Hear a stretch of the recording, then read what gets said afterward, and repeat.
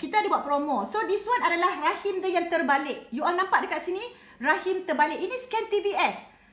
Ini scan TVS. Boleh isi beg biru kalau anda nak grab promo ataupun nak e-book percuma untuk 50 orang yang terawal. So this one ovari korang boleh nampak kilang telur. Ini rahim yang terbalik.